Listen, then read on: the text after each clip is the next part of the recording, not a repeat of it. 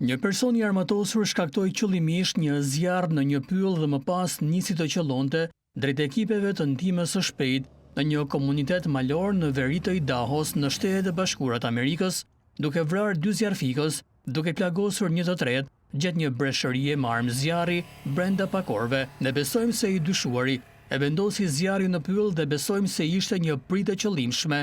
Këta zjarrfikës nuk patën asnjë shans për të shpëtuar, tha sherifi i qarkut Kootenai, Bob Norris. Autoritetet thanë se ekipet ju përgjigjen një zjarri në malin Canfield, pak në veri të Coeur d'Alene, rreth orës 13:30 dhe u raportuan të shtëna me armë zjarri rreth gjysmore më vonë, shkruan The Guardian. Hetuesit thanë se personi i armatosur veproi vetëm.